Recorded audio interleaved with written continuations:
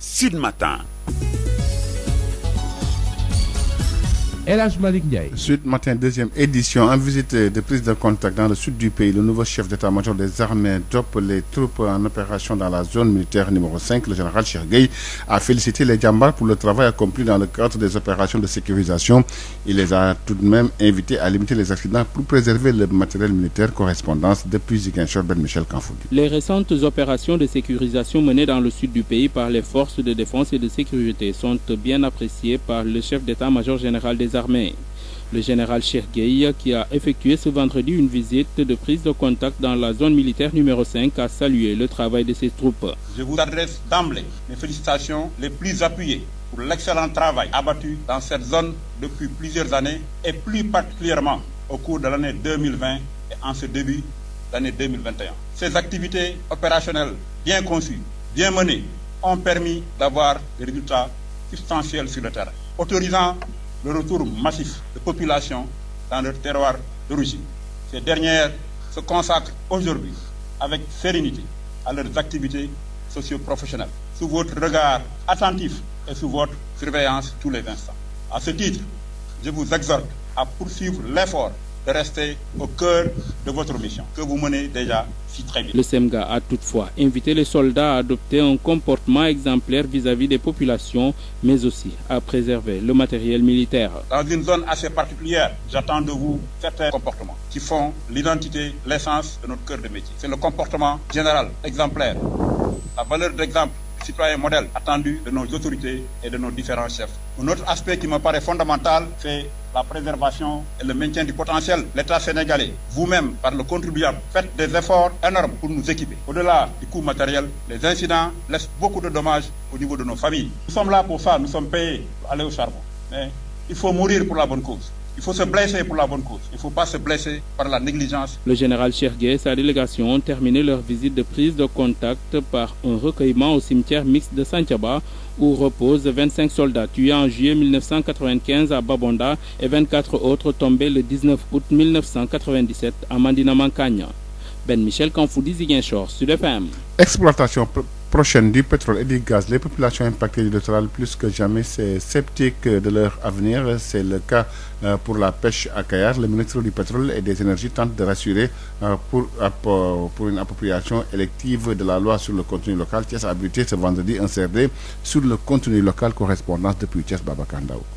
5 tours d'horloge à bâton rompu, des débats entre acteurs autour du pétrole et du gaz. La tutelle veut ratisser large pour une meilleure appropriation de nos ressources minérales. Sophie Gladima, ministre du pétrole et des énergies. C'est vrai, l'exploitation pétrolière aiguise des appétits, mais ne nous trompons pas. C'est simplement 3% simplement des retombées qui vont entrer dans le PIB national. Par contre, par ricochet, cette exploitation pétrolière devait permettre un développement économique émergent et une industrialisation de notre pays. Et donc, à travers le contenu local,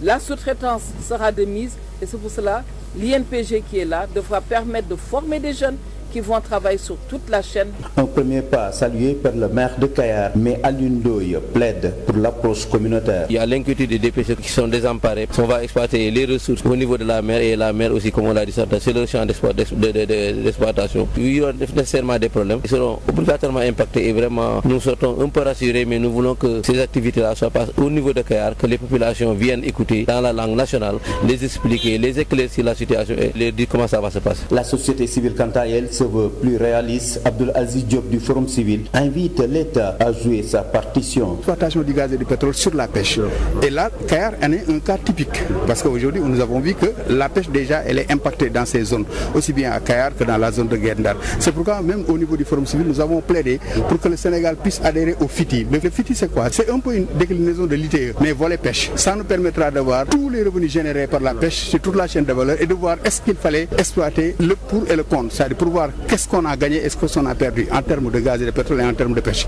Tous pour une mise à niveau de l'information, mais également pour une utilisation rationnelle et judicieuse des ressources minérales du Sénégal. Babacar Ndao, Thiès Sud FM. Babacar Ndao, le Forum civil mise sur une discrimination positive en termes d'accompagnement pour les zones impactées. Selon le vice-coordonnateur général du Forum civil, la question mérite une synergie multi-acteurs. Propos de Abdou Aziz Diop recueillis par Babacar Ndao. Le contenu local aujourd'hui, c'est là où il faut mettre le curseur. Parce que notre dernier rapport IT montre que sur l'ensemble des revenus générés par le secteur extractif, seuls 147 milliards sont retraçables dans le budget de l'État. Seuls 5 milliards 215 millions sont reversés aux 602 collectivités territoriales du Sénégal pour 2019. Mais le contenu local a généré 891 milliards, mais 216 milliards seulement pour les locaux. Cela montre qu'aujourd'hui, il faudrait que cette loi d'abord qui a été votée avec les décrets d'application puisse d'abord être vulgarisée. Ensuite, les populations, surtout qui sont dans ces zones impactées, puissent avoir la bonne information sur la cartographie des opportunités, mais que l'État puisse les accompagner en termes de mise à niveau, en termes aussi d'accompagnement, de financement, pour qu'elles puissent capter ces opportunités liées au contenu local. Sinon, le cas échéant, ce sont ces mêmes multinationales qui vont créer leur propre filiale de sous-traitance et l'État va perdre doublement et les populations ne vont pas y retrouver leur compte. En tout cas, nous saluons ces dynamiques, mais pourvu que aussi que l'accès à l'information aujourd'hui qui est garanti par la Constitution puisse aller au niveau le plus communautaire. Et ils ont parlé aussi de mécanismes de recueil des griefs et des plaintes de manière générale, mais ces populations aujourd'hui, il faut qu'elles aient des voies de recours parce que seul l'État est assermenté les agents de l'État pour faire le contrôle. Ça fait défaut le contrôle parce que les ressources financières, humaines, logistiques ne sont pas adéquates et pour le gaz et le pétrole, ça va être plus compliqué encore parce que ce sera en offshore et il y a une asymétrie de compétences et de connaissances. Ces multinationales risquent d'opérer, d'exploiter et avec des fraudes, la fraude fiscale déjà qui est là, mais surtout avec des fraudes même sur le volume qui a été produit et le Sénégal risque de perdre doublement. Et la Covid aussi a impacté et il faudrait aussi que le Sénégal, par rapport aux mutations aujourd'hui sur le plan international, sur l'industrie gazière et pétrolière, avec la transition énergétique, avec l'industrialisation, avec l'électrification surtout du transport terrestre de plus en plus, la digitalisation, avec le changement climatique, ces multinationales qui sont au côté en bout aujourd'hui sont obligées de se repositionner sur ces problématiques. Et cela va impacter aussi sur nos revenus. Face à la problématique de l'assainissement de Ziguinchor, l'ONAS qui se déploie hier dans le sud du pays tente de trouver des solutions qui passent par la construction d'un centre d'épuration des eaux usées qui n'est pas encore fonctionnel à Ziguinchor, d'où nous appelle Ignace Ndeye. Ziguinchor et ses populations devront encore prendre leur mal en patience avant de voir fonctionnelle la station d'épuration des eaux usées. L'infrastructure sera prête dans 15 mois, annoncée par le directeur général de l'ONAS en visite hier à Ziguinchor avec ses équipes. Docteur Ababacar Mbaye appelle surtout les populations de Ziguinchor à la patience. L'entreprise qui a été recrutée initialement a été résiliée et ça a pris beaucoup de temps et maintenant on est dans la phase de recrutement d'une nouvelle entreprise qui actuellement on est dans la phase d'évaluation donc des offres. Et s'il plaît à Dieu, je crois que d'ici 15 mois, en réalité, suivant le contrat qui sera signé, donc on aura la station d'épuration qui sera prête pour permettre évidemment l'ensemble tout simplement donc des canalisations de gestion des eaux usées puissent être connectées. Et ça, je crois que voilà, nous demandons évidemment à la population de patienter davantage pour que quand même qu'ils ne se connectent pas au niveau tout simplement de ce réseau-là. Plusieurs points critiques de la ville visités, l'Office national de l'assainissement du Sénégal, la mairie et ses services techniques, il ressort un impératif de curer les canaux de drainage des eaux fluviales dans la commune. Constat fait par le directeur général de l'ONAS. Nous avons remarqué qu'il y a beaucoup de canalisations qui sont au niveau de Ziguinchor. Et à ce niveau, nous saluons quand même cette initiative donc, de la mairie de vouloir évidemment curer donc, tout simplement ces canaux-là qui constituent évidemment donc, des canaux de drainage de ces eaux fluviales quand on sait que Ziguinchor donc, pleut beaucoup. Et à ce niveau-là, je crois que c'est à saluer. L'hivernage qui pointe déjà à l'horizon, le curage sera effectué dans les prochains jours dans la commune, déclare le maire de Ziguinchor, Abdoulaye Baldé. Et l'ONAS va aussi nous venir en aide en nous fournissant du matériel pour nous permettre de curer les sous-ponts et puis les zones où il est difficile de faire passer des machines. Donc, tout en synergie, dès lundi, nous allons commencer l'ensemble des travaux sur ces différents axes pour nous permettre d'être prêts dans la mesure où les premiers pluies sont prévus pour la première quinzaine du mois de juin. Et nous pensons que d'ici là, nous serons quand même fin prêts pour accueillir l'hivernage dans de meilleures conditions. Les lancinantes questions d'assainissement de la ville de Ziguinchor, une véritable problématique que compte transcender l'Office national de l'assainissement du Sénégal, l'ONAS, qui a pu s'enquérir de la situation critique du système d'assainissement de la ville de Ziguinchor. Ziguinchor, Ignace Ndeye, Sud FM. L'ONAS s'engage à appuyer la mairie de Ziguinchor en matière, déclare le directeur général de l'ONAS, qui compte également prendre en charge les difficultés d'assainissement notées au sein de l'hôpital de la paix de Ziguinchor. Dr Babacar Mbaye, que nous écoutons, ses propos sont recueillis par Ignace Ndeye. Et nous allons essayer d'accompagner. Donc nous avons dit à la maire, au maire, que nous allons accompagner évidemment la mairie en faisant disposer tout simplement donc de matériel qui pourra quand même essayer donc de faire le culage là où il y a des difficultés tout simplement avec les agents qu'ils ont. Donc on va évidemment leur permettre seulement donc de faire ce curage-là. Alors il y a aussi des hydrocureurs, des camions de vidange qui en réalité nous permettra tout simplement d'offrir aussi à la mairie pour pallier à certaines circonstances, donc parlant l'hivernage. Alors nous sommes arrivés au niveau aussi d'un point critique, c'est surtout au niveau de l'hôpital de la paix de Ziguinchor, qui constitue une problématique. Donc les autorités nous ont en quelque sorte donné des directives pour essayer de voir comment trouver des solutions par rapport à ce problème de gestion des eaux usées, mais aussi des eaux pluviales au niveau de l'hôpital. Alors nous avons fait le tour de l'ensemble justement du système au niveau de l'hôpital, mais ce que nous avons mis en exergue, donc il y a une station, de d'épilation donc, qui existe, mais actuellement qui n'est pas fonctionnelle, parce qu'il y a un sous-dimensionnement. Nous avons essayé de voir à notre niveau si évidemment on va demander évidemment donc l'équipe donc de l'hôpital de donner toute la documentation au niveau de ce step et au niveau du réseau de gestion des eaux usées au niveau de l'hôpital et aussi de la gestion donc des eaux pluviales. Évidemment pour signaler qu'au niveau de ce plan directeur d'assainissement, avec les autres plans directeurs, donc je crois que Oussouye, Bignona et Cap Skirring, toutes ces villes-là, ces localités ont des plans directeurs d'assainissement. Nous sommes convenus évidemment avec le gouverneur pour vraiment essayer d'organiser un atelier pour le partage de l'ensemble de ces plans directeurs d'assainissement. Et ce partage-là avec l'ensemble des acteurs, que ce soit la mairie, que ce soit évidemment donc, les autres acteurs, les ONG, les partenaires financiers, pour que quand même le financement,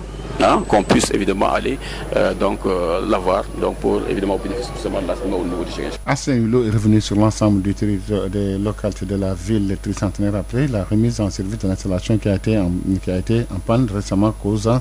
une longue coupure d'eau. L'assurance est faite hier pour le directeur général de la CNO de Saint-Louis qui prenait part au conseil départemental de développement consacré aux travaux de la SONES, Yves Tendeng depuis Saint-Louis. Elle est revenue à la normale, la situation relative à la distribution de l'eau au niveau de la commune de Saint-Louis où les populations avaient récemment vécu un réel calvaire à cause d'une longue coupure d'eau. Papa Abdoumbaye est le directeur régional de la CNO de Saint-Louis. Par la grâce de Dieu, nous avons réussi à remettre en service l'installation pour reprendre à 100% de notre capacité de population. Et au moment où nous vous parlons, l'eau est revenue sur l'ensemble des localités de la ville de Saint-Louis. Et c'est dire l'importance qu'a la nouvelle usine que compte mettre en place la SONES pour non seulement renforcer la capacité de production de la ville de Saint-Louis, mais également donner des alternatives qui permettront que si demain nous connaissons de pareils incidents sur des ouvrages névralgiques, qu'on puisse avoir des installations qui pourront servir de secours. Une nouvelle qui enchante fort bien la première adjointe au maire de Saint-Louis, Aïda Mbaye, qui rassure déjà les populations qui seront impactées par ce projet. Nous remercions vivement le président de la République, mais également pour avoir pensé à Saint-Louis, ces 3 villes qui sont concernées dans le Sénégal, et Saint-Louis en fait partie. Nous leur disons merci. On sait que pour tout grand ouvrage, il y a des impactés. Nous sommes là pour vraiment veiller pour que ces impactés souffrent le moins possible. Tous les deux s'exprimaient ainsi lors de ce CDD présidé par le préfet du département de Saint-Louis, Modou Ndiaye, qui aborde également dans le même sens. Il y a certainement des sites qui vont être libérés. Il y a des personnes affectées par le projet. Ces PAB-là vont être recensés. Après recensement, il y aura une évaluation des impacts, c'est-à-dire tout ce qu'ils ont comme biens, comme infrastructures, etc. Tout cela sera évalué et chiffré. Des efforts qui, plus tard, permettront aux populations de la capitale du Nord d'en finir une bonne fois pour toutes avec les difficultés liées à l'accès à l'eau. Saint-Louis, Yves Tendeng, Sud FM. La capacité de production d'eau de la ville de Saint-Louis sera boostée de presque 65 à 70% à travers la construction de nouvelles usines. C'est ce qu'a fait savoir le directeur général de la SONES qui annonce aussi la construction d'un château d'eau pour renforcer la capacité de stockage de l'eau. Charles Fall s'explique et avec Yves Tendeng. Il s'agit aujourd'hui pour Saint-Louis, à l'image d'autres localités, d'y édifier une nouvelle usine. Après l'extension de l'usine de Khor, qui a eu lieu et mis en service en 2016-2017. Cette usine pour laquelle nous pensions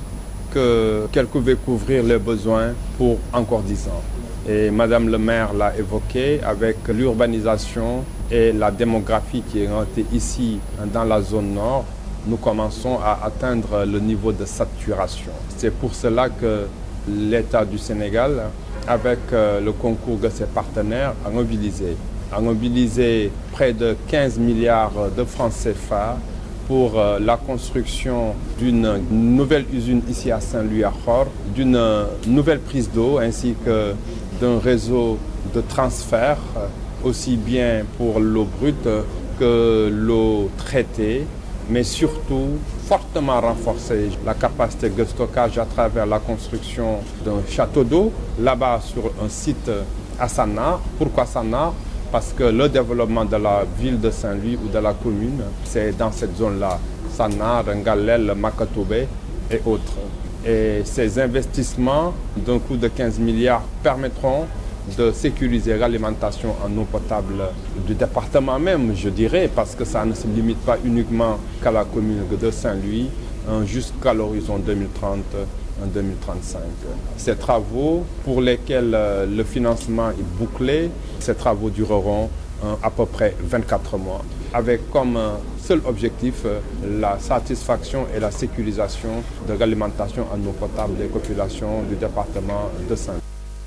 À Saint-Louis, toujours, le comité régional des femmes enseignantes pour la scolarisation des filles de la région a primé les 12 lauréates du concours de production écrite en français et en arabe. Ses membres en ont profité aussi pour distribuer des kits scolaires hygiéniques à une cinquantaine de filles vivant dans une situation de vulnérabilité. Le but était de permettre aux élèves des établissements franco-arabes d'avoir confiance en eux et d'y rester après avoir passé les examens. Mariam Diane, présidente régionale de la SCOFI de Saint-Louis, que nous écoutons, elle est avec Yves Tendeng. Cette activité fait partie de nos missions parce que la SCOFI a pour mission d'accompagner le ministère pour la réalisation de ses projets et programmes dans le système éducatif. Qui dit système éducatif donc dit le global. Il y a l'enseignement général, mais il y a aussi le franco-arabe. Et par rapport à cela, vu l'importance que ces franco-arabes ont dans ce système, nous nous sommes dit pourquoi ne pas innover, pourquoi ne pas changer de stratégie et les intégrer, parce que ce sont aussi des enfants qui font partie de la communauté éducative. Ce sont des élèves qui font des résultats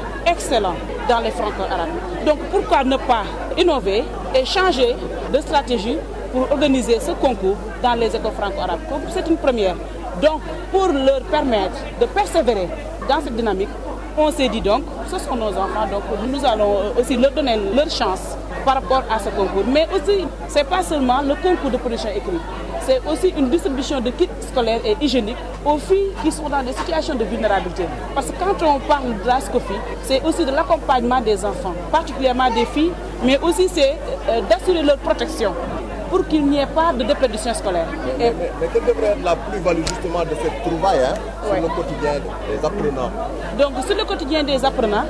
la SCOFI est en train de tout faire pour leur permettre d'avoir confiance en soi. Parce que les établissements franco-arabes et les établissements classiques, c'est du pareil au même. Il n'y a pas de supériorité, il n'y a pas de différence.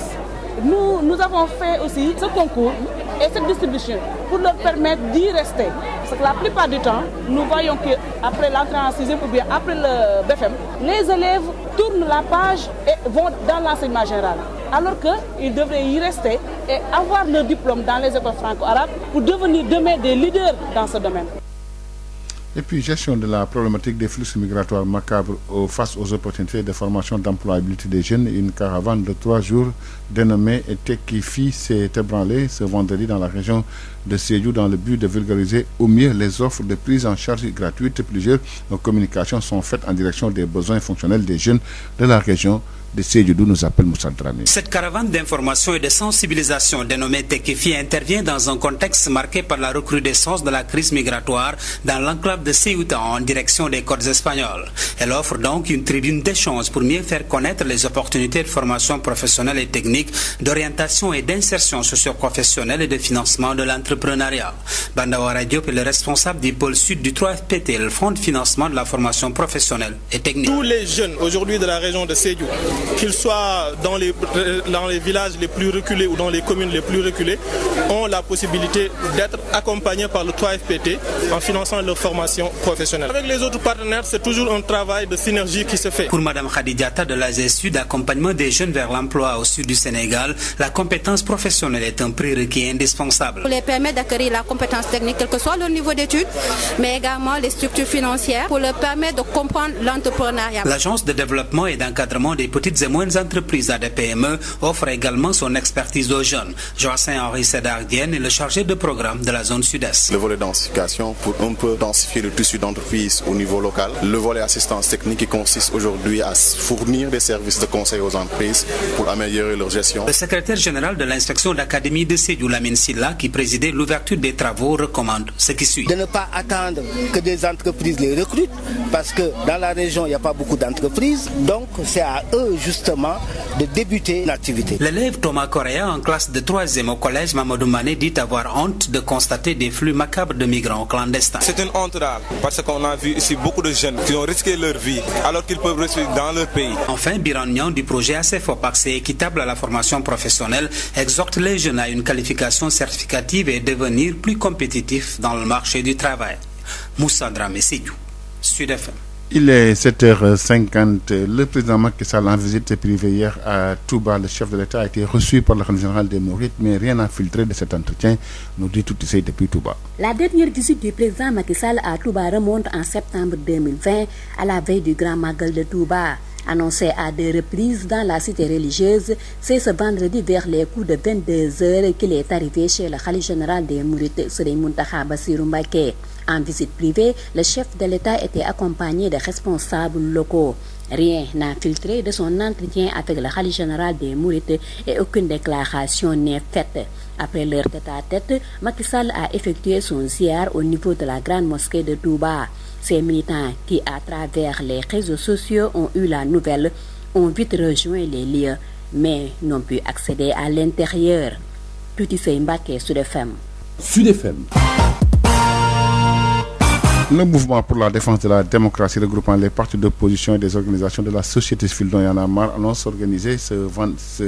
samedi la cérémonie de prière de recueillement à la mémoire des jeunes martyrs de la démocratie tués lors des événements de mars dernier. Ce sera à Bignona pour honorer leur mémoire et garder le souvenir. Le MDD organise une cérémonie de prière de recueillement samedi à partir de 9h à Bignona, écrit allusion faite aux personnes ayant trouvé la mort dans les violentes manifestations politiques enregistrées au Sénégal en mars dernier. L'interpellation du député Ousmane Sonko, visé par une plainte de viol répété et menace de mort, avait suscité une vague de manifestations à l'origine d'une explosion de violence rarement enregistrée au Sénégal, les échauffourées ayant opposé pendant plusieurs jours les forces de sécurité à des jeunes, principalement se réclamant de l'opposition, ont provoqué une dizaine de morts à travers le territoire national. Le peuple palestinien maintient la pression sur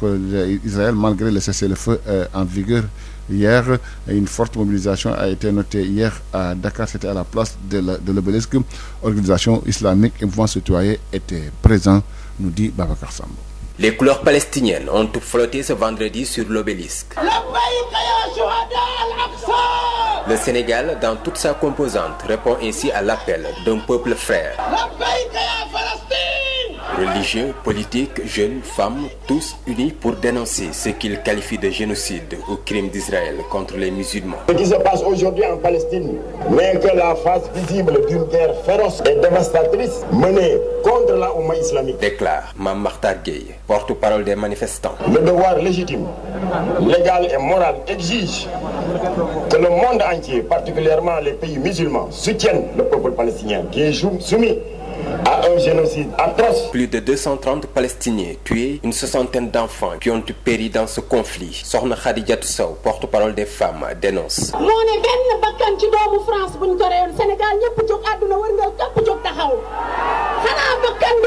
Présente également dans cette manifestation, la société civile a son mot à dire. Mar Diagne, leur porte-parole, précise que lorsqu'il s'agit de défendre la dignité humaine, le Sénégal ne badine pas. Nous ne serons jamais complices de crimes contre l'humanité perpétrés devant nous. Nous ne serons jamais silencieux et nous ne trahirons pas notre responsabilité historique de défendre les droits inaliénables du peuple palestinien. La position du Sénégal, c'est la position du peuple sénégalais. Notre présence ici, c'est aussi pour cela soit très clair. Pape Nalla parle pour la jeunesse sénégalaise. Nous condamnons avec véhémence et jusqu'à la dernière mesure ces actes barbares que l'État d'Israël inflige à la Palestine depuis plus de 70 ans. Guy Marius Sagna de Frappe France Dégage. Mais que l'État du Sénégal peut yémer les Palestine ak Israël loolu duñ ko fi nangu tey duñ ko fi nangu ëllëg. Des milliers de Sénégalais et une quarantaine d'organisations, tous derrière l'Alliance musulmane pour la cause palestinienne, pour apporter leur soutien au peuple palestinien. L'ambassadeur de la Palestine, Safwat Ibrahim, était également présent à cette manifestation. Nous ne partirons pas de cette terre.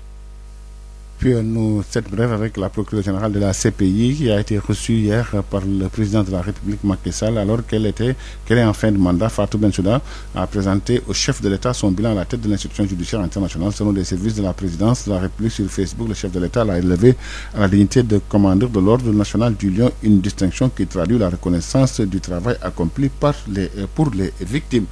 L'actualité sportive sans transition que nous démarrons par le judo avec les championnats d'Afrique. Mbadi Ndiaye qui vise le triplé aujourd'hui entre en lice ce samedi au Dakar Arena. Je rappelle que sur les 7 combattants qui ont tiré hier sur le tatami de Dakar Arena, seuls Salim Ndiaye 81 kg et Kiné Badji ont récolté des médailles. Tous les deux ont décroché la médaille de bronze. Nous parlons des préparatifs de la deuxième édition du drapeau du chef de l'État à Kaolack les 28, 29 et 30 mai prochains. Ce sera samedi. Un gala de préfinancement est prévu au stade Lamine Gueye. Il est parrainé par Pape Mbete, le directeur général de la Sénélec, par ailleurs président du mouvement Kaolack. Sur les rampes de lancement objectif, aider le CRG de lutte de Kaolack à préparer l'événement. La cérémonie de remise de drapeau a eu lieu au conseil départemental de Kaolack hier. Insa Diouf, le représentant du directeur général, invite les fils de Kaolack à faire bloc pour la réussite. Il est avec Mamadou Kamara. Le président Pamademba Biteye, absent du territoire communal pour des raisons d'ordre professionnel, qui nous a mandaté aujourd'hui sur invitation du CRG de lutte de Kaolack pour venir répondre ou bien prendre le drapeau de lutte dont il est le parrain. Donc c'est pour dire encore une fois de plus, c'est avec beaucoup de satisfaction que nous avons accepté le parrainage qu'on a apporté à sa modeste personne. Parrainage du CRG de lutte de Kaolack, qui est motivé par diverses raisons, dont on peut en citer deux. D'abord, il est natif de Kaolack et tout ce qu'il a, il le doit pour Kaolack. Si aujourd'hui, des fils de Kaolack, connus dans la droiture, connus dans de bonnes actions, en l'occurrence le président du CRG et son équipe, tend la main à M. Pamademba Biteye, il ne fera d'autre que de l'accepter. Accepter pour être Kaolackois, accepter pour des manifestations organisées par des Kaolackois. Mais la deuxième action est motivée par son compagnonnage avec le président de la République. Comme on l'a tantôt dit par le président du CRG, ce gala n'est rien d'autre qu'un championnat pour préfinancer les charges liées au drapeau du chef de l'État et Kaolack doit présenter une équipe. Les charges sont énormes, ils ne peuvent pas prendre tout en charge. Ils ont organisé ce tournoi et ils ont pensé à notre leader, le président Pamademba Biteye, pour qu'il soit le parrain. Mamkor Faye, le président du comité régional de lutte de Kaolack, se félicite de ce choix porté sur Pape Demba Biteye, un grand défi qui attend tout Kaolack. Ses propos sont recueillis par Mamadou Kamara. L'appréciation elle est très positive parce que la réaction a été assez prompte dans le processus d'acceptation du parrainage de ce gala. Monsieur Pape Demba Biteye a été très prompt à nous accompagner, à accompagner la sélection régionale à travers l'organisation d'un gala de préfinancement des activités du CRG pour la gestion de sa sélection. Et lui dire que nous posons aujourd'hui le premier jalon de tout un processus entre lui et le CRG de lutte. Nous pensons trouver en lui un partenaire de qualité et nous comptons dérouler ce partenariat gagnant-gagnant à compter d'aujourd'hui pour le bénéfice de la lutte dans la région mais également pour le bénéfice de la région dans son intégralité. 7h58 sur l'ensemble des réseaux synchronisés. Quelques brèves sportives également. Nous parlons des championnats européens. On démarre par l'Angleterre qui va boucler donc demain la 38e et dernière journée. Tous les matchs sont prévus à partir de 15h. On suivra également Liverpool qui lutte pour une place européenne qui fera face à Crystal Palace. Chelsea qui se déplace du côté de Aston Villa. En Espagne également, pour le compte de la 38e et dernière journée, les matchs sont prévus aujourd'hui à partir de 16h. Un duel à distance entre le Real Madrid qui reçoit Villarreal et Valladolid qui reçoit Atlético Madrid. Les deux équipes de la capitale luttent pour la première place. Il est 8h sur l'ensemble des réseaux synchronisés de Sen Radio. C'est la fin de Sud Matin deuxième édition. Adama Dione s'installe dans quelques instants pour Sud Matin en Wolof. Sud Matin. Adama Dione. ñaareelu pàcc Sud Matin dañ koy daal di nag door rek nemmeeku bi nga xam ne visite contact lañ koy duppee ca bët Saloum réew mi kii di chef d'état-major bu armée bi bu bees daal di nag dem seeti troupe yi ci opération yi ñuy daal di nag def ci zone militaire numéro 5 général Cheikh Guèye daal nay rafetlu taxawaayu jàmbaar yi liggéey bañ fay daal di nag def ci opération ngir kaaraange barab boobule waaye itam woon na leen ngir rek ñu daal di yemale l'accident yi nga xam ne dina mën a tax ñu daal di nag gën a yaxanal matériel jumtukaay l'armée ba ñuy jëfandikoo Ziguinchor Ben Michel Kanfoudi. opération wéyal kaaraange bi nga xam ni l'armée bi mu ngi koy amal fii ci bët saalumu réew mi ki nga xamante ni mooy seen jiit daal dina koy rafetlu bu baax a baax général Cheikh Guèye mi ñëwoon nemmeeku leen fii ci zone militaire numéro 5 daal dina leen di won ni bég na trop ci ñoom. Je vous adresse mes félicitations les plus appuyées pour l'excellent travail abattu dans cette zone depuis plusieurs années et plus particulièrement au cours de l'année 2020 et en ce début d'année 2021. maa ngi leen di jaajëfal bu baax a baax ci liggéey bu mucc ayib bi nga xamante ni ay at a ngi ni ngeen di koy def waaye nag rawatina ci atum 2020 ak 2021 bi nga xamante ni tax ngeen ba askanu bëre dellu si seen i dëkk ñu mën fa dund ci jàmm maa ngi leen di ñaax nag liggéey boobu ngeen wéyal ko bu baax a baax donte sax yéen a ngi koy def. attentif et sous votre surveillance tous les instants. À ce titre, je vous exhorte à poursuivre l'effort de rester au cœur de votre mission que vous menez déjà si très bien. waaye nag njiitu l'armée bi daal dinay ñaax soldats yi ñu gën a rafetal seen taxawaay ci seen diggante ak askan wi yokk ci mu wax leen ñu sàmm bu baax matérielu l'armée bi. seen taxawaay ak askan wi nañ ngeen ko rafetal bu baax a baax ndax loolu lañ leen sant buñ ci jógee nag ma leen di wax itam ngeen sàmm matérielu l'armée bi ndaxte nguur yi daf ci dugal alal bu bëre alal boo xamante ni ci sunu impôt seen impôt lay jógee yaakaar naa ni bu yàqoo ñun lay lor jéem leen def seen kéemtulaa kattan moytu l'accident yi ndaxte accident yooyu boo soo matériel bu muy yàq dafay lor itam famille yu bëree dëgg la dañ ñu fay ngir ñu dee pour réew mi waaye nag booy ñàkk sa bakkan dafa fekk nga def ko ci anam bi nga xam ni mooy njëriñ réew mi. Il faut pas se blesser par la négligence. général Cheikh Guèye ak délégation am nag ñu ngi jeexal seen tournée de prise de contact boobu ci benn recueillement bu ñu amaloon ci cimetière mixte bu Santhiaba foofii nga xam ni rob nañ fa ñaar fukk ak juróomi soldats yi nga xam ni ñoo daanu ci atum 1995 ca Babonda ak ñaar fukk ak ñeent yeneen yi nga xamante ni dañ leen faat ca 1997 ca Mandina Mankagne ci doon jokkoo ak yéen fii ci diwaanu Ziguinchor Ben Michel Kanfoudi pour Sud FM. Ben Michel ñu daal di wax nag ci exploitation bi ñu daal di jëm ci wàllu pétrole bi ak gaz bi ak askan wi ci daal di loru ci littoral bi ñu ci mel ni Kayar foofee nag ñu yëngu ci wàllu napp gi tiitaange lañ ci am ministre bi ñu dénk pétrole bi ak énergie daal di nag dalal xel yi jàpp ne dinañ jëfandikoo loi bi jëm ci wàllu contenu local loo waral ab CRD bañ ca amal ca diwaanu Thiès Babacar Ndaw juróomi waxtu ci saalub gouvernance bu Thiès ci aljuma ji jëwriñ bi ñu dénk wàllu pétrole ak jàpp nag ne ndaje bi liñ ci doon séntu am nañ ko mooy fexe tey ji ba waxtaan ak ñi nga xamante ne tey ji ñoo nekk ci gox yi pétrole beeg gaz bi nar a feeñ Sophie Gladima. képp koo xam ne am nga xam-xam ci pétrole ak gaz nga mën ci gis sa bopp mais tamit ñëpp ñi nga xam ni tamit amuñu ci xam-xam mais nekk ci yeneen secteur muy secteur sous-traitance bi ñu waxee restauration wax transport wax par exemple soudeur yi ak yooyu ñoom itam am nañ ci seen wàll dañu waxoon ne dañuy daje saafante mais tamit expliquer nit ñi li nga xam ne moom la ñuy xaar ci ñoom mais ñoom tam ñu wax ñu lan la ñuy xaar ci ñun. ba tax ne ki nga xam ne mooy jaraaf bu Kayar mel na ne xelam ba léegi dalagul Alioune Ndoye Gaz. fay tiitaange moom dafa gaaw a jóg ndax aussi dafa toggee ci loo xam ne aussi alalu askan wi la alalu réew mi la comme ni ko président waxee ci constitution bi mais yaakaar naa ñun ñi fa dëkk yàgg fa at mi xamuñu fu dul foofu ci tiitaange la ñuy mën a nekk mais dañuy ñaan lépp rek ñu rafetal ko yaakaar naa am na foo xam ne aussi ñu gën a waxtaan ak population yi gën leen a sensibiliser gën leen a xamal leen ni daal ñu ngi koy def mais nag aussi dina am ngaañ mais ngaañ gi aussi mën nañ ko minimiser mën nañ ko wàññi ba mu baax a baax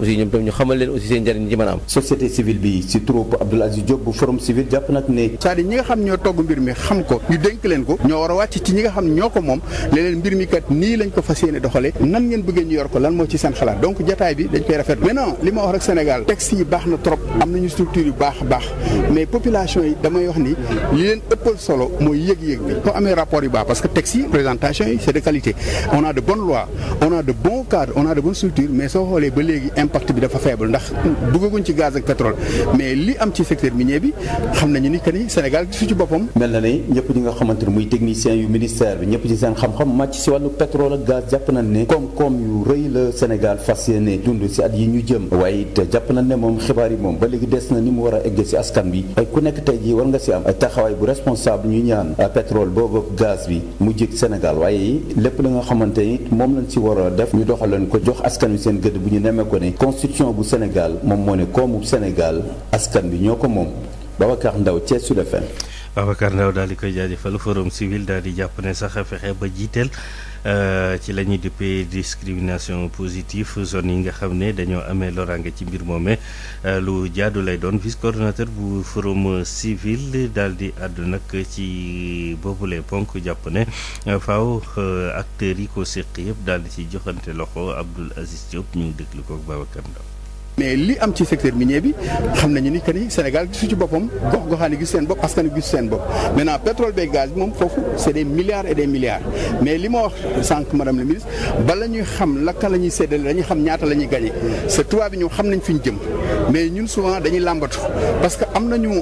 donte nañu xereñ mais amuñu capacité surtout contrat yi ni ñu ko xaatimee baaxul parce que tubaab yi ñoo ci multinational ñoo ci gën a seen bopp mais ensuite revenu yi da ci bari loo xam ni du àgg fa mu war a àgg parce que tey soo gisee population yi li tax ñu am jàqare mooy dañu amoon luñ doon dundee fu mel ni Kayar napp lañ doon dundee ñu gis que ni tey jii gaz bi ngi commencé impacté sa dafay gën a yokku ñu gis que ni ñi wax fi ñu toll zircon sam si zone boobu mu nekk seen moyen de subsistance bayu dër bi xam nga yooyu yëpp la nga xam ni tey état jël na comme matuwaay muy contenu local muy gën a jege gën a yeey loolu aussi gis nañ jëmmal nañ ko ci loi mais jëmmalaguñ ko ci yéeg-yéeg parce que il faut nga créer ay entreprises sénégalaises il faut nga informer leen il faut nga dooleel leen il faut nga capacité leen parce que ñi ko seqal duñu ay coom sa ñoom ñooy définir seen propre standard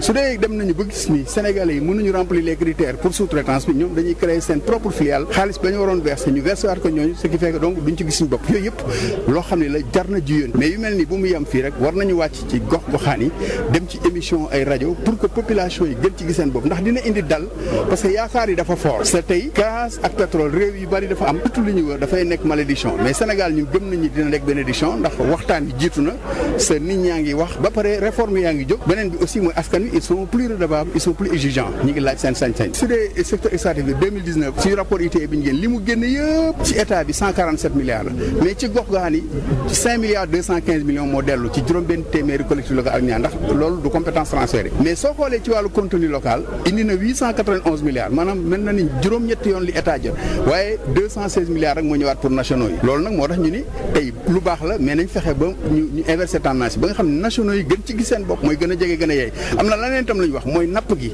xam nga tey dañuy wax rek napp gi da koy lor mais loolu dañ ko war a xayma ni Sénégal duggee ITIE war nañ ko dugg forum civil daf ne nañ dugg FITI comme ni Mauritanie def nga xam lépp lu jógee ci napp gi dañuy xam ñaata la généré loolu dina la permettre nga am deux balances yi xam secteur extractif bi ñaata la gaz bi pétrole bi juróom réew mi ak ñaata la pêche bi soo xoolee dina tax ndax xam est-ce que jaroon nañu exploiter est-ce que jaroon nañ joxe tous ces périmètres loolu lépp ay xayma la mais da nga koy teg sur des bases scientifiques. Merci. ci loolu la ñuy tàbbi ci wàllu assainissement di jafe-jafe ci diwaanu Ziguinchor waral directeur bu ONAS daal di fay amal ab nemmeeku ngir rek daal di wut saafara ci jafe-jafe yi aju nag ci wàllu assainissement bi barab boobu la ñu gis nag mooy tabax ab centre épuration bi nga xam ne ndox yu bon yeeg dañ koy daal di mën di jëfandikoo Ziguinchor Ignace Dey. askan bi fekk baax fii ci diwaanu Ziguinchor dinañu xaaraat laata station d'épuration eaux usées yu nekk fii ci diwaanu Ziguinchor muy tàmbali liggéeyam jàpp nañu ni jumtukaay bi ni mel nag fii ba fukki weer ak juróom lay pare naka la ko kii directeur général bu ONAS daal di xamle moom mii ñëwoon démb fii ci diwaanu Ziguinchor ak i équipe am nemmeeku lépp lu jëm ci wàllu assainissement docteur Ababacar Mbaye directeur général bu ONAS. maintenant d'ici 15 mois donc espérer nañu peut-être ñu mën a livrer station d'épuration suñ ko livrer vraiment problème gestion des eaux usées au niveau de Ziguinchor dana dans un premier temps ci première phase bi dañ ko mën a jël en charge mais li ñu recommandé mooy vraiment ñu demander population bi la mairie ñu patienter encore durant évidemment phase où mettre en place station d'épuration bi pour ñu mën a vraiment bañ a connecté wu si réseau bi parce que suñ ci connecté wu ndox mi ci biti lay dem te nuisance yooyu dëgg ñun ñoo ko war a gérer donc en tant que responsable mais la mairie et cetera. ay bërëb yu bëri fii ci commune Ziguinchor ONAS mairie ak i service technique am jot nañ ko visiter ci loolu loolu nag ñu jàpp ni war nañu amal ay liggéey curage yu canaux de drainage eaux pluviales yi nekk fii ci commune Ziguinchor directeur général bu ONAS jot a nemmeeku loolu. xool li nga xam ni mooy ay canaux yi existé jëm ci mbirum gestion taw mi donc foofu déjà mën nañu wax ni Ziguinchor bénéficié wu na ci ay canaux yu bëri yoo xam ni ñu ngi fi li ci des mooy ñu xool naka lañ ñuy koy préserver ñu xool naka lañ koy curer pour que quand même ndox mi nga xam ni moom lañ collecté fii Ziguinchor quand on sait que Ziguinchor quand même li muy accueillir ci ndox bëri na lool mais quand même li nga xam ne am na fi ñu jëm ko vraiment nettoyer curer ko. ginnaaw yàggatul nawet bi daal di tàmbale curage caniveau yi moom dinañ ko amal ci fan yi ñuy dëgmal naka la ko maire Ziguinchor daal di xamle. dinañ curer canalisation yi dañ si ànd ak ñoom waa LONASE ànd si ak entreprise yu fi nekk mel ni CSE mais aussi ak UCG pour que dès lundi ñu commencé curage tabax aussi ay jumtukaay yu mel ni budoo ji te feera jàppale ñu fi pour que jafe-jafe ñu amoon daaw ñu bañ ko am bu ngeen demee Kañalan aussi ay travaux yu mel noonu ñu ngi koy def. ci yenn ci jafe-jafe yi ñu nemmeeku ci wàllu assainissement fii ci diwaanu Ziguinchor ONAS ak i équipe am jàpp nañu dinañ def seen kéemtalaay kattan pour saafara yenn ci jafe-jafe yi ni mel ginnaaw bi ñu ñëwee nemmeeku situation critique bu ñuy gis ci lépp lu jëm ci wàllu assainissement ci commune Ziguinchor Ignace Dey Sud FM. Ignace ci la ñuy desandi ak waa ONAS googu ñi daal di wax ne pare nañu ngir jàppale mairie bu Ziguinchor ci wàllu jumtuwaay directeur général bu ONAS moo ko daal di xamle ne ñu itam lépp lu aju ci jafe-jafe assainissement ci ñu gis ci hôpital de la Paix bu Ziguinchor dinañ ko daal di dabaatal docteur Ababacar Mbaye ñu déglu ko Ignace Dey. mais quand même li nga xam ne am na fi ñu jëm ko vraiment nettoyer curer ko suñ ko curer rek. donc je crois que dana mën a yombal li nga xam ni mooy écoulement ndoxu taw bi donc ci côté boobu joxe nañu vraiment suñu engagement accompagner mairie bi donc accompagner mairie bi dañ ko jaay matériel boo xam ni pour faciliter curage yi ci certaines zones yoo xam ni peut-être dana am jafe-jafe mais dana am jafe-jafe pour def ko ci ay aussi des camions de vidange yooyu aussi su moment venu dañ leen xool naka lañ leen jàppale donc ci côté boobu di wax ne rek loolu dëgg-dëgg collaboration bi nga xam ni moom la ñu am entre ONAS et collectivité territoriale mooy mairie bi dañ koy war a tënk ci benn protocole d'accord et dañ ci gën a waxtaan pour que protocole d'accord ba suñ ko signé ku ci nekk engagement bi nga mu am ci li nga xam mooy assainissement au niveau de la ville de Ziguinchor mu nekk loo xam ni vraiment engagement yu nga xam ni ñuy respecté ñu ñun ñëpp. alors ñëw nañ ci dernier point bi mooy donc hôpital de la Paix de Ziguinchor nekk une préoccupation vraiment donc très importante pour Ziguinchor mais surtout pour les hautes autorités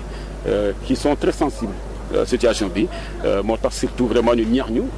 quel soit donc tournée bi ni ñu ko war a dérouler il faut que ñu ñëw ba ci hôpital bi xool réellement problème mu assainissement ci hôpital bi. alors bi ñu defee tour bi xam nañ ni am na un réseau d' assainissement eaux usées ak une station d'épuration mais station d'épuration bi dañ ko sous-dimensionné donc mënul vraiment fonctionner par rapport ak rythme donc d'évacuation des eaux usées bi nga xam ni moo nekk ci hôpital bi. donc fi ñu toll moo tax actuellement fonctionné tul maintenant li ñu demandé ONAS li mu demandé mooy je crois que documentation bi nga xam ni moo taxoon pour ñu construire station bi ak réseau bi yëpp je crois que hôpital bi dañu ko jox avec service technique yi nga xam ne ñoo nekk fii au niveau de Ziguinchor ñu xool ensemble naka la ñuy trouver des solutions provisoires d'abord pour gérer ndox bi nga xam ni moom mooy génn ci hôpital bi et voir aussi de façon définitive naka la ñu koy régler. Saint-Louis moom foofu ndox mi daal dina rek dellu siwaat ci goxaat yi yëpp gannaaw ba ñu sampee nag ab jumtuwaay bi nga xam ne ay liggéey la ci wàllu réseau bi mu indi woon fa nag ay jafe-jafe ba nag ay diir askan wa amuñu woon ndox directeur régional bu Sen'Eau bu Saint-Louis ci ab CDD ba mu doon amal di conseil départemental de développement daal dinay wax ni liggéeyu SONES yooyu daal di day noppi ñu dem ba Saint-Louis Yves Tendé. jafe-jafe yu askanu commune bu Ndar doon jànkonteel ci lu yàggul ci lu soxal coupure ndox mi daanaka jeex na jamono ji bu ñu sukkandikoo ci kàddu kii di Pape Abdou Mbaye mi nga xam ne ni moo jiite kuréelu Sen'Eau fii ci Ndar. ndax lépp loo xamante ni luy dox la bis mën naa ñëw mu xaw a tawat loolu mooy li nga xamante ni moo ñu daloon ba taxoon moom ay jafe-jafe waaye ci ndimbalu suñu borom ak ci jàppale bi nga xamante ni autorités yi jàppale nañu ko waa SONES jàppale nañu ko fexe nañ ba nga xamante ni nii réparé nañ ko ba remettre usine bi en service ba nga xamante ni mi ngi daw ca nam daan dawee comme avant fi mu nekk nii fi may wax ak yéen gox boo jël ci Saint-Louis rek ndox ma ngi fay dawaat comme nam fa daan dawee avant ñuy am incident bi ndax jàpp naa ne usine boobu buñ ko defaree ba mettre ko en service dina régler ñaari problème bi ci njëkk mooy dina yokk capacité ndox mi ba nga xamante ni nit ñëpp dinañ mën a am ndox 24 heures sur 24 ci service bi mais beneen bi nga xamante ne ni moo ci am solo également mooy dina nekk genre sécurisation. muy xibaar bu neex lool kii di njëkkeelu adjoint bu maire bu Ndar di Aïda Mbaye mi nga xam ne ni mu ngi dalal xelu ñii nga xam ne ni ñoo nar a loru ci tëralinu bile projet. lii ñu wax nag ni moom la ñuy def ñun dañ ci sant yàlla wante foo fekk liggéey bu ngande dana am ñu nga xam ni daañu ci am lu nga xam ni daf leen di gaañ loolu nag ñun dañu taxaw ak ñoom pour ñu xalaat naka lan koy defee ba nga xam ne ñooñu duñu ci yëg lu bare. ñoom ñaar ñi lee yëkkati seen i kàddu ci biir CDD bi nga xam ne ni préfet bu département bu Ndar moo ko jiitee moom mi lee di Modou Ndiaye yëkkati ci yile kàddu. projet bi dafa am ay sites yoo xam ne dana ko occuper certainement am na ay occupants yu fa nekk ñooñu dañ leen di déplacer il faut que ñu jógee fa il faut que ñu recenser leen d'abord donc la commission départementale d'évaluation des impenses dinaa ko mettre le plus rapidement possible en branle pour que ñu def liggéey bi nga xam ne moo ci war. muy ay jéego yi nga xam ne ni bokk na ci liñ ci mébét moo di rek fexe ba askanu diwaan gi tàggook ba faw jafe-jafe yi ñuy jànkonteel ci wàllum jot ci ndox mi ki doon jokkoo ak yéen fii ci Saint-Louis Yves Tendeng Sud FM. Yves capacité bi nga xam ne nag ndox mi dina ko mën rek amal foofu ci diwaanu Saint-Louis yokk nañ ko ba juróom-ñaar fukk juróom-benn fukk ak juróom jàpp juróom-ñaar fukk yoo jël ci téeméer ci usine bu bees bañ fa daal di nag tabax li ni mel nag bu ñu sukkandikoo ci directeur général bu SONES dafay rek méngoog tabaxu château d'eau bi nga xam ne dina mën a tax la ñuy dajale ci ndox mën koo séddale ca gox-goxaat ya gan matale. Charles Fall mooy directeur bu SONES ñu déglu ko ak Yves Tendeng. tey gis nañ ni daanaka même bu fekkee ni Ndar amatul jafe-jafe ndox. wante bu ñu deful si rien n'est fait fii ak at dinañu commencé gën a yëg jafe-jafe ndox fii si Ndar. moo tax gouvernement bi anticipé président de la république ñaax ministre gi mu dénk wàllum ndox ne ko il faut que si gox-goxaatu Sénégal yëpp ñu mën a jël ay mesures pour anticiper. si wàllum pour sécuriser ndox mi pour mën a jëm si loolu muy wax accès universel à l'eau mooy képp kuy fi nekk nga mën a jot si ndox fépp foo nekk ak saa soo ko soxlaa moo waraloon depuis 1 an gouvernement bi ànd si ay partenaires am technique am waa Banque européenne pour indi ay financement fële sa Kolda Kaolack ak fii si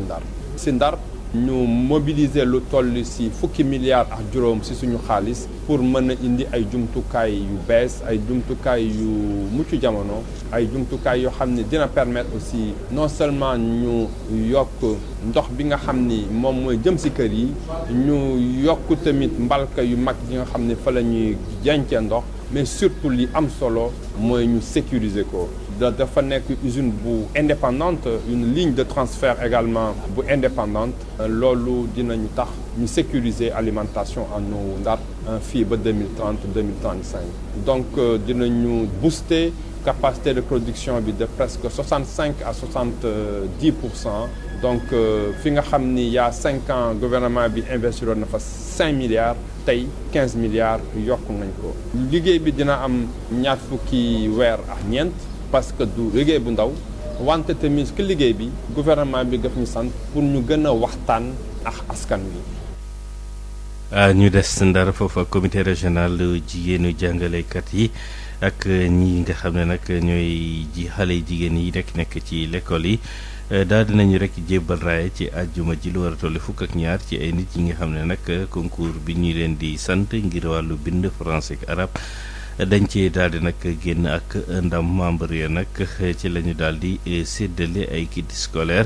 ak yeneen yu jumtuwaay yu jëm ci wàllu nag jigéen yi nga xam ne dañoo daal di nag néew doole lañ ca bëgg nag mooy élèves yi nekk ci école franco arabe yooyu mën a rek gën a gëm seen rek bopp rawatina bu ñu pare seen examen yi ñu daal di ci wéyal seen i njàng Marème Diagne mooy présidente régionale bu Escoffi bu Saint-Louis ñu déglu ko Yves Tendeng. donc li ñu doon organiser tey benn concours de production d'écrit boo xam ne dafa am arabe am français ñu def ko aussi ci école franco-arabe yi nekk ci biir région de Saint-Louis yëpp mais ci biir loolu aussi dañoo organiser waale den distribution dañu doon jox xale yi nga xamante ni seen waajur dañoo néew doole ay kit scolaire ak hygiénique yoo xam ni déwén ci kàttanu yàlla xale yi daañu mën jàng ci sans problème parce que léeg-léeg parents bi dina am ay difficultés pour jëndal doom cahier wala jëndal ko livre wala jëndal ko sac ñun nag ñu ni lu tax duñu jox xale yooyu ay matériel yoo xamante ni déwén daañu gën a góorgóorlu ba pare concours day tax ñoom ñu xam ni ci système bi la ñu bokk ñoom ñu xam ne ay doomu réew mi nañu ñoom ñu xam ne si askan nañu bokk parce que la plupart du temps enseignement général rek la ñëpp di organiser ay concours ay prix di leen vraiment di leen encourager mais ñun nag est-ce que fi ñu ne comme ñun suñu slogan mooy innover donc nañu innover tey ñu dugg ci franco-arabe bi donc on a osé mais ci biir osé boobu ñu def dañoo cee am ndimbalu suñu kilifa muy inspectrice d'académie ñu am ci ndimbalu aussi inspection des daara ñu am ci aussi ndimbalu directeur de l'enseignement arabe ak ñi nga xam ne ñooy partenaires yëpp ñu jàppale ñu xam ne lii ñuy def pour askan bi la pour ministère bi la pour képp koo xam ne bëgg nga lu baax la njëriñ la luy jàppale xale yi ngir ñu jëm kanam ngir ñu réussir parce que dañuy gis ne xale yi bu ñu demee ba BFEM rek bu ñu amee BFEM dañuy daw dem enseignement général wala ñu am entrée en sixième dem daw def enseignement général donc pour permettre leen nag ñu toog dañ leen di wàññi leen fu ngeen nekk daal leen fa fekk ak ay cadeau ak ay ndimbal ba ngeen gën a gëm seen bopp gën a toog ci franco arabe yi pour ëllëgee ngeen tekki ba doon ay kilifa mais ci franco arabe. ci la ñuy daal di wax nag ci yoronu jafe-jafe bi dem ci wàllu nag tukki biti réew ak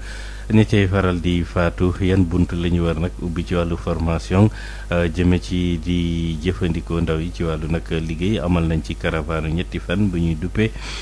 tekki fii foofee ca Sédhiou lay fii daal di nag amee lañ ca bëgg nag mooy fexe ba wan ndaw yi nag fi ñu mën a jaar ba am prise en charge bu ñu dul fay dara waaye itam ñu ci bëri yëkkati seeni rek kàddu wax nag ci diwaan boobu di région ba lan la fa ndaw yi daal di soxla ngir mën fa nag daan seeni doole Sédhiou Moussa Dramé. jotaay yi la ñuy amal ci fan yi fii ci diwaanu Sédhiou ñu duppe kayit caravane tekki fii mu ngi amee ci jamono joo xam ne ñu bare ci ndaw yi ñu ngi alawteku ci géej yi rawat na ci Ceuta fas yéene dugg ci Espagne ab wéccante xalaat la ci lépp loo xam ne si dafa jëmee ci wàllu xëy ndaw yi waaye la ko jiitu it moo di ay tàggat yoo xam ne waras nañ ci mën a xarañ nañ ci teewlu Bandawara Diop nekk responsable pôle sud 3 FPT di fonds de financement de la formation professionnelle et technique. accompagner bépp jeune pour ñu financer ko formation donc tey day yomb pour jeune nga toog nga ni kat man bëgg naa def formation nga jege 3FPT avec nos centres ñu jàppale la fayal la sa formation à hauteur de 90% et même parfois à hauteur de 100%. Madame Khady Diatta bu AG Sud accompagnement des jeunes vers l'emploi au sud du Sénégal nee na it xarañte it lu war a jiitu la. ñu mën a xam lan mooy entrepreneuriat mais également ban yoon la ñu mën a jël pour am financement ba ñu mën a mettre en œuvre seen activité. kër gi di agence de développement et d'encadrement des petites et moyennes entreprises ñu gën xam ci ADPME am na it xarañte boo xam ne it mu ngi ko ci indi xamle ko ndaw yi Jean Saint-Henri Sédar Diène mooy chargé de programme ci zone sud-est. dañu pàcc bi mooy volet densification jàppale leen ci ay formation en comptabilité marketing fiscalité beneen pàcc bi mooy volet assistance technique dañuy jàppale entreprise yi ñu renforcer seen contribution. Lamine Sylla mi nekk secrétaire général inspection d'académie bu Sédhiou am na it lu mu soññ ndaw yi. formé wu bu ñu paree nag bu ñu xaar kenn woo leen ne leen kaay ma jox leen liggéey. mun nañu commencer yëngatu ci seen activité yoo xam ne si lañ am lijaasa ñuy jël ay initiative. Thomas Correa nekk ndongo ci classe 3e ci collège Mamadou Mané nee na it daf ci rus lool ci lor boo xam ne it ñu bari nga koy def ci biir géej. liggéey formation yaa ngi fi ONG yaa ngi fi am na ñoo xamante ne ñoom ñoo koy diriger te ñu koy diriger ay doomu réew mi la tubaab bi gënuñu quoi c'est une honte daal ak gaal gi wóorul quoi. Birane Niang nekk njiitum projet ACFOP di accès équitable à la formation professionnelle dafa soññ ndaw yi ñu gën a xarañ ci lépp loo xam ne si moom la ñuy def am ci lijaasa waras na mën a tax ñi bokk ci njiitu ñi ci wàllu xëy ndaw yi ak liggéey ki si doon jokkoo ak yéen Sédhiou Moussa Dramé pour Sud FM. Moussa ñu daal di wax ci njiitu réew mi ak visite privée bi mu daal di amal bi ci guddi foofu ca Touba njiitu réew mi nag xalif général bu murit daal na koy nag dalal waaye nag la rot ca xibaar ca boobule ndaje daanaka bariwul bu fekkee rek am na Touba tuuti see. tukkib nemmeeku bi Macky Sall mujjee amal ci Touba mooy bi ñuy waajal màggalu 2020 ñaari yoon naka ñu koy annoncé ci dëkk bi waaye ci ajjuma ji ci guddi daanaka bi 22h di tegal ay simili ci la agsi ci kër ki nga xam ne mooy xalifa général des mourides Serigne Mountakha Bassirou Mbacké mu nekk nag visite privée boo nga xam ne Macky Sall ànd ci ak délégation bu mag ay responsable locaux ñoom ñoo ko gunge mu tëju ak ki nga xam ne moom mooy Serigne Mountakha Bassirou Mbacké lu yàgg waaye dara génnul ci li ñu waxante ñoom ñaar moom tamit ba mu ci génnee deful benn déclaration ginnaaw nag seen tëju boobu président Macky Sall dafa daal di dem ci fi nga xam ne moom mooy jumaa ja ngir amal fa li nga xam ne moom mooy ziaram ñii di ay militant am nag bi ñu ko yëgee par benn la ñu daal di jubali fa nga xam ne moom mooy ca bërëb ba waaye mujj ñoo àgg ca biir tuuti sëy Mbàkke Sud FM.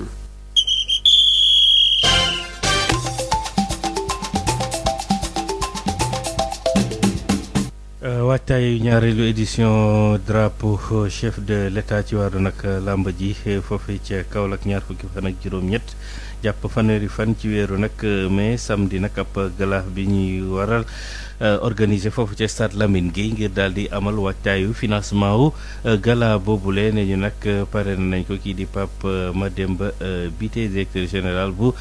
Senelec nekk président mouvement Kaolack bu nekk ci yoonu émergence lañ ca bëgg nag mooy CRG bu lutte bu Kaolack daal di waajal événement bi dañ ciy teewlu kii di Insa Diouf représentant directeur général bu Senelec di woo waa Kaolack ngir ñu daal di def bloc ngir ndam man ci am ñu déglu ko ak Mamadou Camara. dañoo ñëw ci turu président Pape Mademba Bitèye jiite mouvement bi tudd Kaolack sur les rampes de l'émergence avec Macky nekk aussi directeur général de la Senelec CRG de lutte bu Kaolack doon organiser benn gala bi muy organiser def pour mun a préparer drapeau chef de l'État parce que drapeau chef de l'État ci li ñu ci wax toutes les régions du Sénégal dañ fiy ñëw mu am ay compétition ñoom ñu war a am équipe comme ni ko président bi waxee équipe boobu ñu war leen encadrer war leen accompagner mais la koy def aussi dafa laaj ay moyens yu bare ñoom ñu gis ne dañoo war a organiser benn tournoi boobu lañ cay am ñu jël ko pour taxawal équipe bi pour ndam li mun fee des biñ ko gisee aussi ñu xool ay doomu Kaolack ku mel ni Pape Mademba Bitèye nekk suñu leader ñëpp xam ko taxawaayam Kaolack ñëpp xam ko fonk bi mu fonk la jeunesse ñëpp xam ko ci action yi muy def te boolewu ci wax boolewu ci coow bañ ko waxee mu jël sans contestation li nga xam mu ne suñ soxlaa damay ànd ak ñoom lépp lu may def duma ci boole wax dama koy def te yàlla tax kon suñ tuddee président drapeau gala mu nekk drapeau du chef de l'État kenn waru cee jiitu Pape Mademba Bitèye di wax ne nag Kaolackam la def ko bokk ak ay Kaolack waa pare nañ pour accompagner CRG bi ci lépp nag gannaaw bañ ci ooyee population bi yëpp ñu ñëw fekke si le 28 le 29 ak le 30 compétition bi am yàlla mën na ko yàlla def ndam li lépp desaat Kaolack parce que aussi Kaolack waaye mérité nañ ko teg ci wàllu waaw dañuy oo ñëpp su dee drapeau chef de l'État la ku fi yor ndooma tànk waroo toog ñu lay oo moo tax Pape Mademba Bitèye nee na xam ne ñëpp dinañ ci dugal seen loxo mais mu ngi leen di ooyaat ensemble ñoom ñëpp ñu jóg pour que affaire bi am réussite boo xam ne suñ jógee Kaolack keneen kuy organiser waat da nga koy xalaataat. Mame Cor Faye di président comité régional lutte foofa ca Kaolack rafetlu bi lee jotaay waaye nee na défi bu mag mooy xaar Kaolack fa ñu daal di ciy taxaw ñu déglu ko Mamadou Camara. ki ñu ko tuddee ba léegi toogaguñu ak moom ay nitam lañ waxal ay nitam ñoo ko dox ba fi ñu toll nii loolu dafa am lu muy wundu li muy wundu mooy pas-pas bi mu am pour jàppale ñu li muy wundu mooy kóolute bi mu am ci staff bi mu bàyyi fii jàpp nañ ne moom dañoo bëgg ànd ak moom ci lu yàgg ci kóolute ci ànd boo xam ne ku nekk daf ciy gis boppam en tout cas ñun sawar nañ lool kontaan nañ lool sant nañ ko lool. mu nekkoon pàcc bi kon ci wàllu tàggat yaram fi la ñëm ak yéen ci édition Sud Matin yi rédaction bi fas yéene dellu siwaat midi ak benn waxtu 9h xibaar yi ci tënk buñ ca noppee seen émission loo ci xam ak El Hadj Moussa Thiam jaajëfal bu baax a baax Assane Thioune mi ñu àndaloon ci sottandikukaay bi mbokki xarit yi déglu gërëm leen sant leen ñaanal leen sàkku ci yéen ñaan ñu yendu jàmm.